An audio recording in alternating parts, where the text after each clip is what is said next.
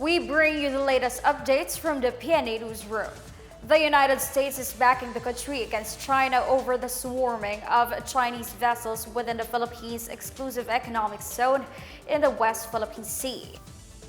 The statement, U.S. Department of State spokesperson Ned Price said the reported escalating swarms of Chinese vessels in the vicinity of Iroquois Reef and Sabina Shoal in the Spratly Islands interfere with the livelihoods of Philippine fishing communities. It also reflects the continuing disregard for other South China Sea claimants and states lawfully operating in the region.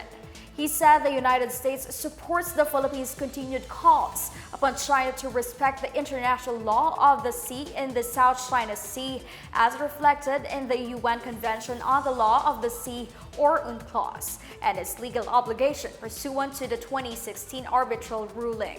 U.S. Vice President Kamala Harris, during her official visit to Palawan last month, stressed her country's support to the Philippines in the face of intimidation and coercion in the South China Sea. Chinese Foreign Ministry spokesperson Mao Ning, meanwhile, said Beijing sees nothing wrong with the American interaction as long as it is not damaging to other countries' interests.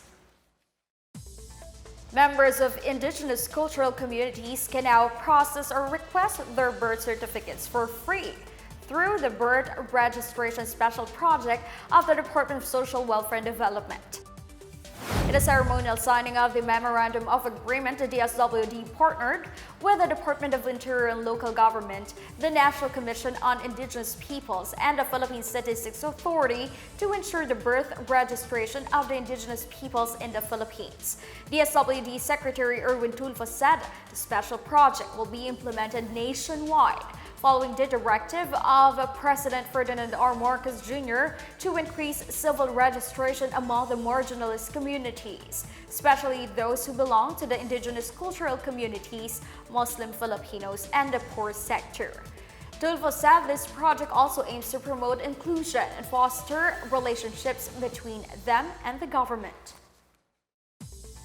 The local government of Malay assures tourists that Boracay remains safe.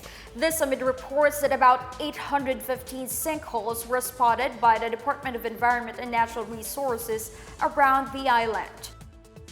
Malay Mayor Frolibar Bautista assured the sinkholes may not pose any danger to people or structures. Bautista said based on the assessment report by the DNR's Mines and Geosciences Bureau, most of the sinkholes were small and shallow and are located in unpopulated areas. He said the biggest one, measuring 5 meters deep, is located inside a cave.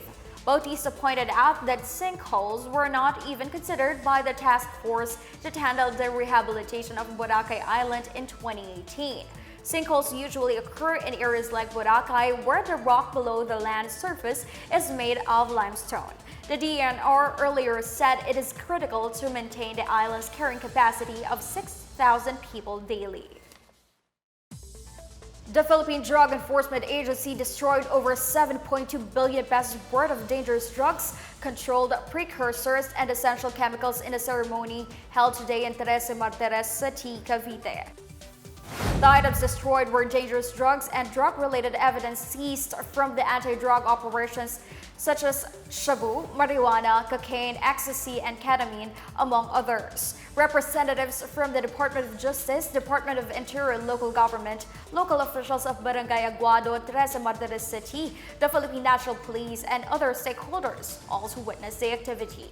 Earlier, the PDEA handed over cash rewards worth 11.2 million pesos to 4 informants of the PDEA National Headquarters in Quezon City yesterday. PDEA officials commended the informants for providing information that led to the successful anti-drug operations under the PDEA Operation Private Eye.